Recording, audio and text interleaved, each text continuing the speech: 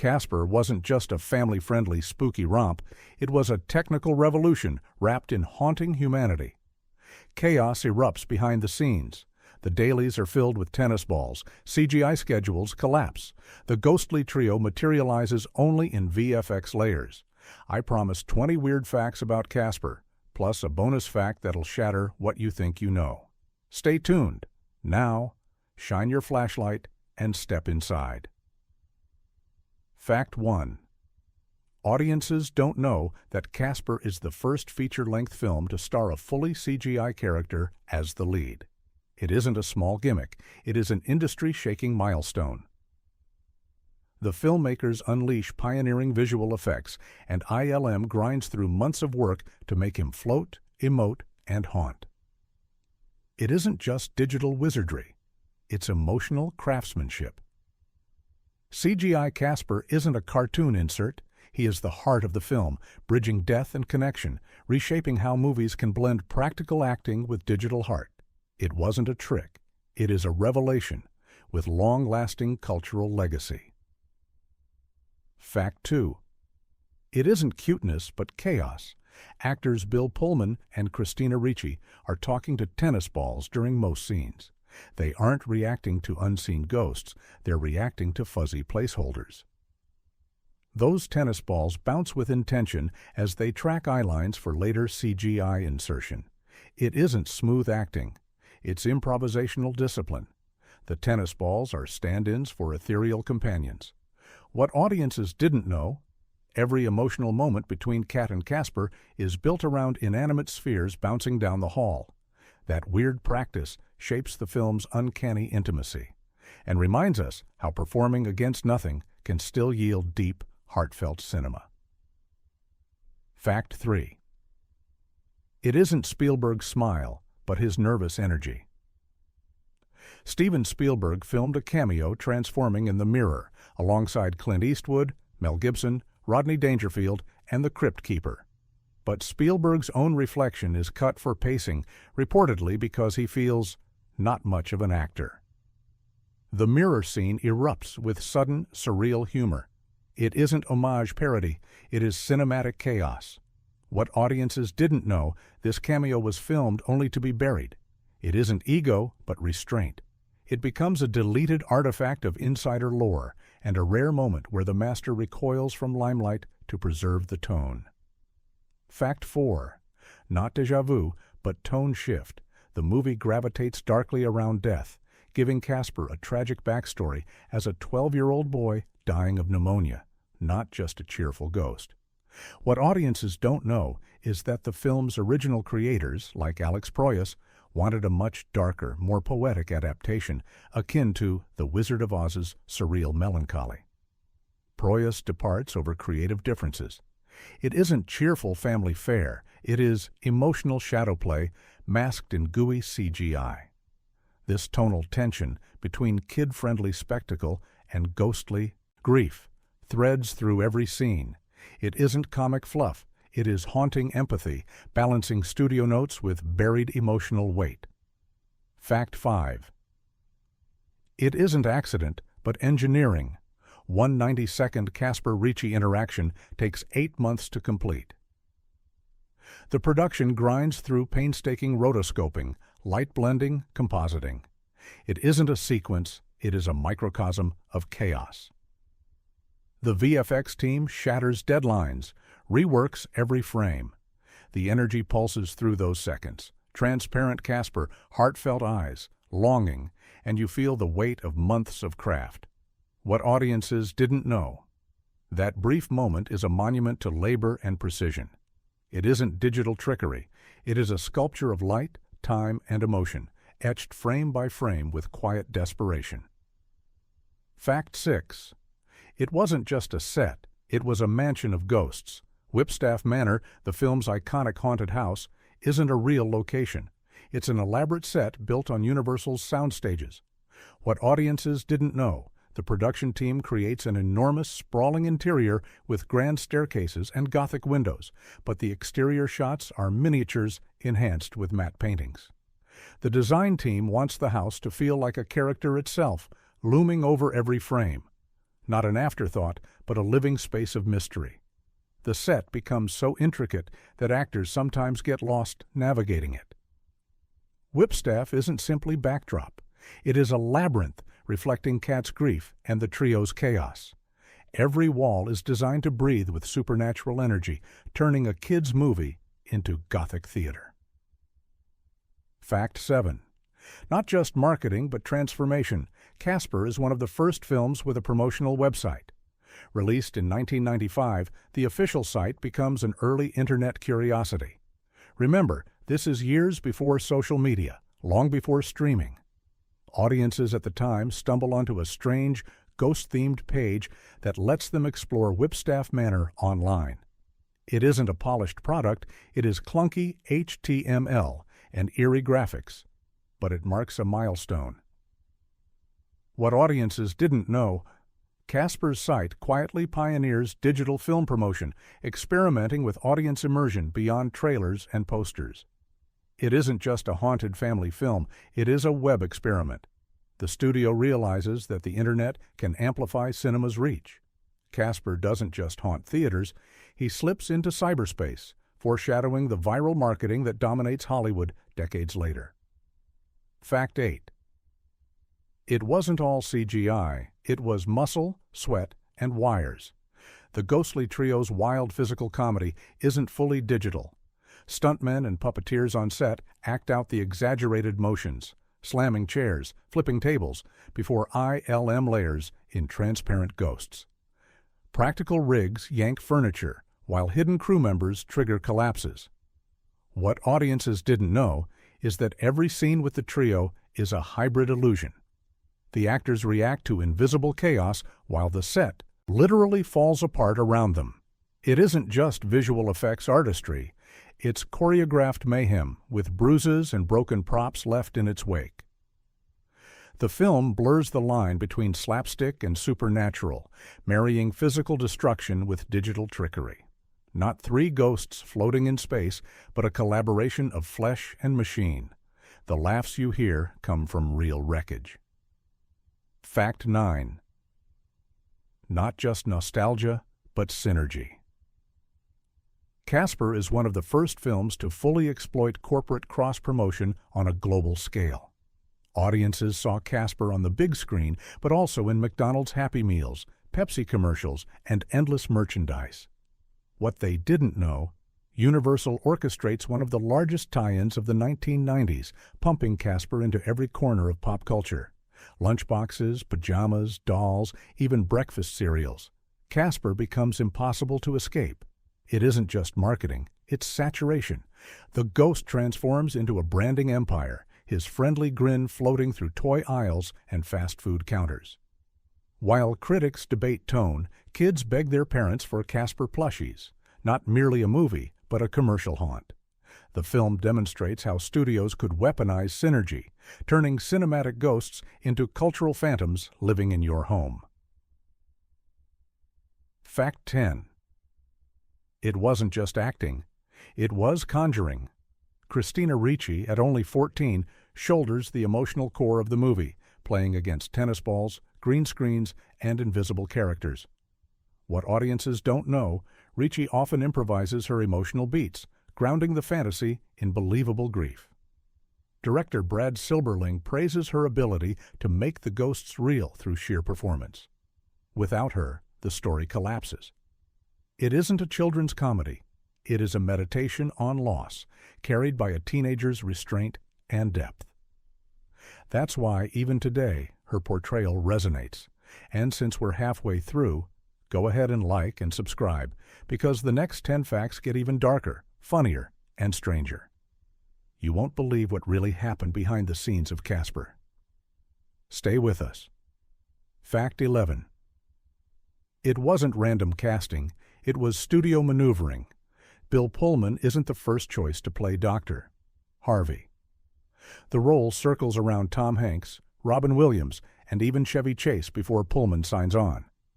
What audiences don't know, Universal wants a recognizable but not overpowering presence.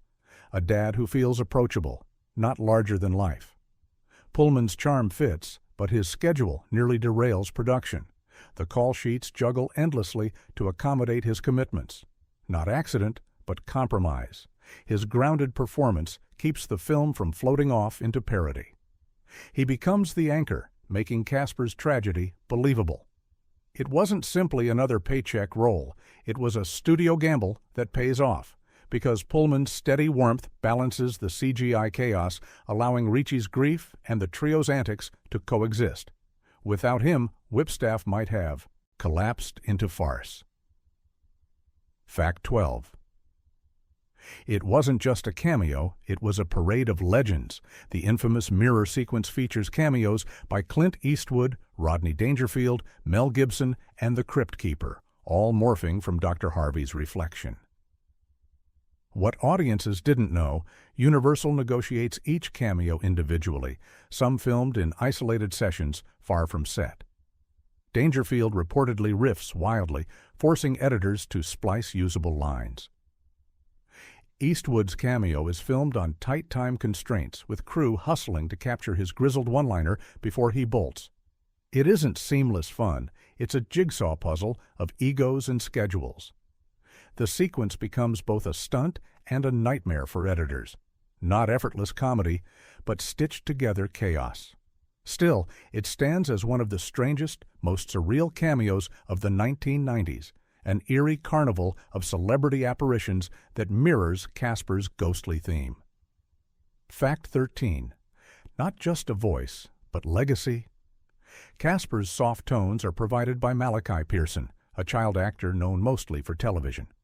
What audiences don't know: Pearson records hours of dialogue alone in sound booths, reacting to scripts without Christina Ricci or Pullman present. His performance must sync to unfinished animations months later. It isn't glamorous. It's lonely, repetitive, and technical. Pearson has to inject warmth into lines destined to be stitched into ghostly faces later. Not live acting, but delayed connection. His work becomes invisible in more ways than one, Casper's voice fading into pop culture while Pearson himself slips from Hollywood soon after. The friendly ghost outlives his performer, leaving behind a bittersweet echo. What audiences didn't realize: behind Casper's glow is a boy who disappears almost as suddenly as the ghost he plays. Fact 14. It wasn't smooth sailing, it was studio tug-of-war. The tone of Casper is fiercely debated: dark fairy tale or candy-colored comedy? Screenwriter Joseph Oriolo's original treatment leans tragic, steeped in Casper's death and themes of afterlife. But Universal executives push hard for lighter gags to appeal to children. The script passes through multiple rewrites, with J.J. Abrams contributing uncredited polish. What audiences don't know: the final film is a stitched-together compromise. Haunting death monologues rub shoulders with fart jokes from the ghostly trio. The dailies reveal tension. Directors and writers quietly argue about tone on set. It wasn't clarity. It was compromise. The result is a strange hybrid, part Tim Burton-esque mourning, part Nickelodeon slapstick. And yet, that odd tension gives Casper its lasting power. A film children remember as spooky, adults recall as melancholy. Fact 15. It wasn't just a kids' movie, it was a testing ground for Industrial Light and Magic's experimental rendering software. Every translucent Casper scene pushes computers to their limits. What audiences don't know: ILM's servers overheat during crunch periods, with staff sometimes working overnight to reset crashes. Early dailies reveal horrifying glitches: Casper's head stretching like rubber, or his eyes floating off-screen. Not polished magic, but technological breakdown. The pressure grows so intense that ILM nearly misses release deadlines. The success of Casper convinces Hollywood that digital actors could lead films, paving the way for Jar Jar Binks in Star Wars: The Phantom Menace. It wasn't just a ghost story, it was digital cinema's proving ground, a haunted laboratory where computer ghosts redefined what the future of acting could look like. Fact 16. It wasn't whimsy, it was mourning. Director Brad Silberling loses his girlfriend, actress Valerie Kaufman, before production begins. What audiences don't know, Silberling channels that grief directly into Casper's tone. The film's obsession with loss, memory, and longing isn't studio invention, it's personal catharsis. The quiet scenes between Cat and Casper echo his own grief, not just fantasy, but emotional exorcism. Crew members later recall Silberling's insistence on grounding comedy in sadness. He refuses to let Casper become hollow spectacle. The ghosts are metaphors, the mansion a mausoleum of emotions.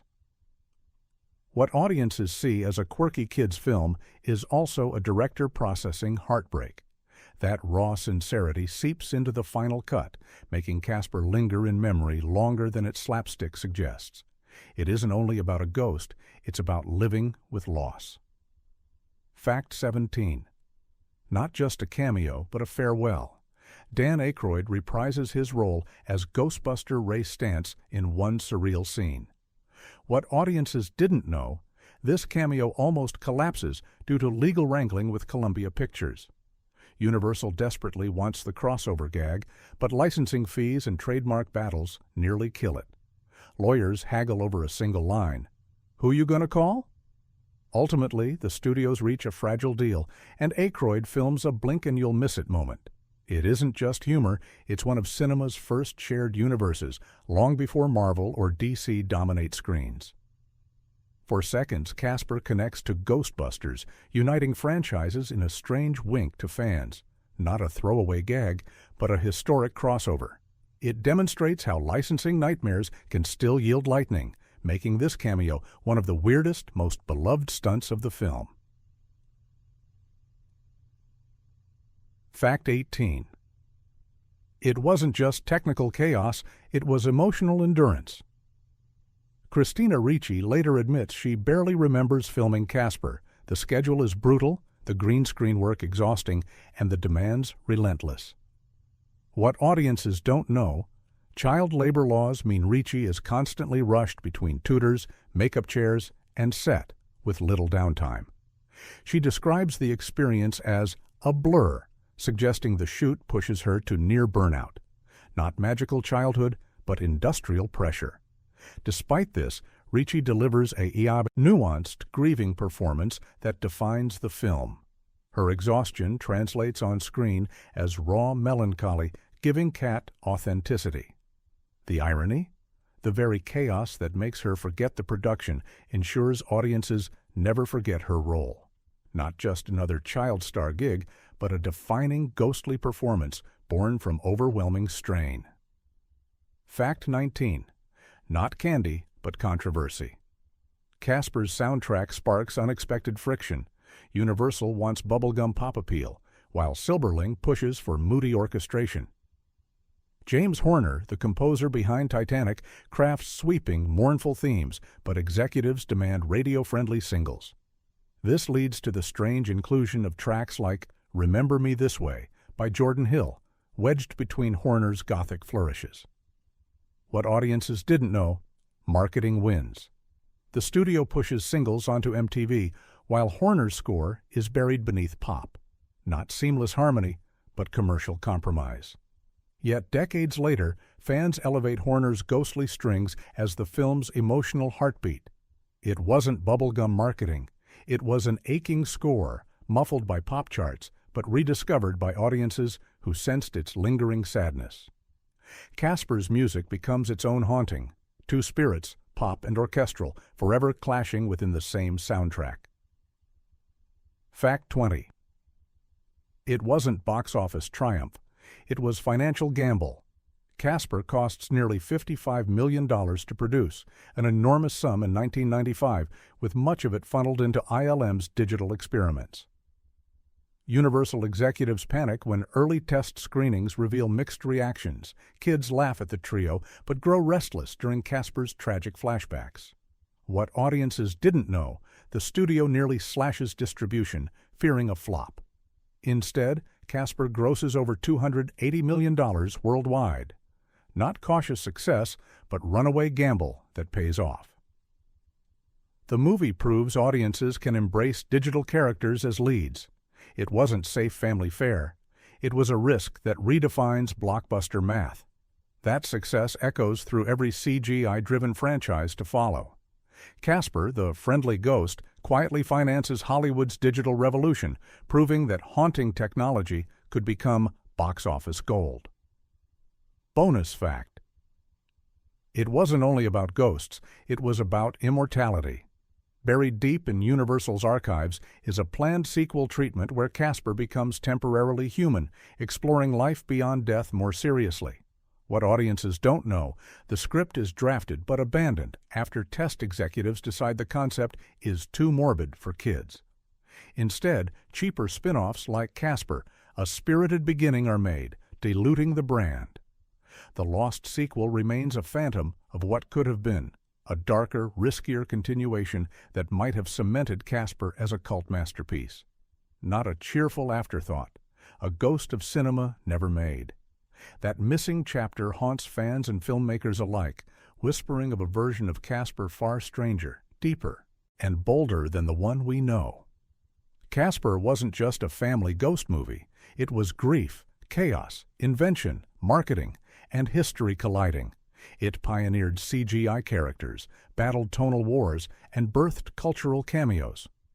What audiences saw as light entertainment was built from pain, deadlines, and vision. And in the end, Casper lingers, less a children's diversion, more a ghost story about cinema itself. If you loved uncovering these secrets, don't forget to like, subscribe, and comment your favorite Casper memory. And remember, ghosts never really leave us. They just change shape.